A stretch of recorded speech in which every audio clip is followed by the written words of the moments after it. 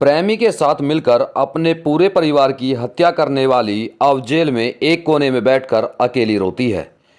राष्ट्रपति से दया याचिका की मांग की थी, लेकिन एक बार नहीं बल्कि राष्ट्रपति से दूसरी बार भी दया याचिका खारिज हो गई है। अपने परिवार के साथ लोगों की हत्या करने वाली यह लड़की अब जेल में घुट घुट कर मर रही है। आज फिर से 16 वर्ष पूर्व इस सच्ची घटना को आप सभी के बीच प्रस्तुत कर रहा हूं। यह घटना उत्तर प्रदेश के जनपद अमरोहा के तहसील हसनपुर के गांव बामनखेड़ी की है। वर्ष 2008 अप्रैल का महीना था। गांव के ही शौकत अली शिक्षक थे। वह अपनी पत्नी हाशमी, बेटा अनीस, रशीद, पुत्र वधू अंजुम, बेटी शबनम व 10 महीने के मासूम पुत्र अर्श के साथ उसी रात घर में सोए हुए थे।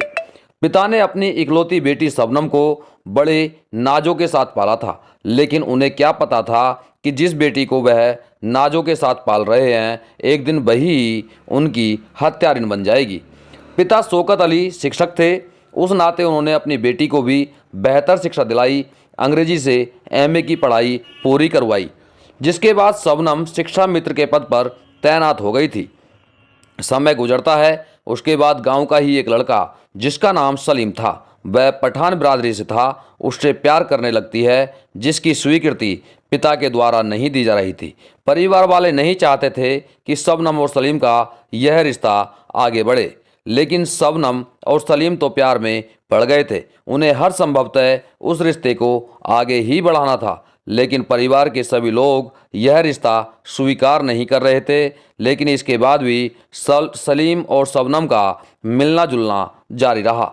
समय गुजरा और रात आई 14 अप्रैल 2008 की। शबनम और सलीम ने मिलकर परिवार के 7 सदस्यों की हत्या कर दी, यानी कि शिक्षक पिता शौकत अली, मां हाशमी, इंजीनियर भाई अनीस, भाभी अंजुम, बीटेक के छात्र भाई राशिद, फुफेरी बहन राबिया को कुल्हाड़ी से काटकर और 10 माह के भतीजे अर्श की गला घोंटकर हत्या कर दी थी।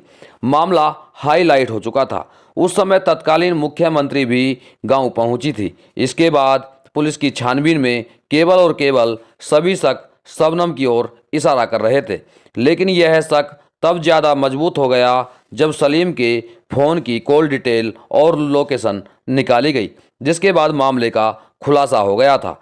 सलीम ने वारदात में शामिल कुल्हाड़ी को तालाब से बरामद कर दिया था।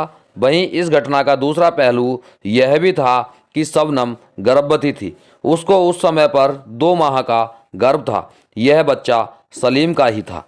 इसके बाद गांव में हड़कंप मच गया। आसपास ही नहीं बल्कि पूरे प्रदेश और देश भर में इस हत्याकांड की चर्चा होने लगी थी। हर कोई कहने लगा था कि ऐसी बेरहम बेटी भगवान किसी को न दे। बिन ब्याही शबनम ने 13 दिसंबर 2008 को मुरादाबाद जेल में बेटे को जन्म दिया था। इसके बाद कोर्ट ने इन्हें फांसी की सजा सुनाई थी, लेकिन राष्ट्रपति के यहाँ दया याचिका होने के बाद इन्हें फांसी नहीं दी जा सकी।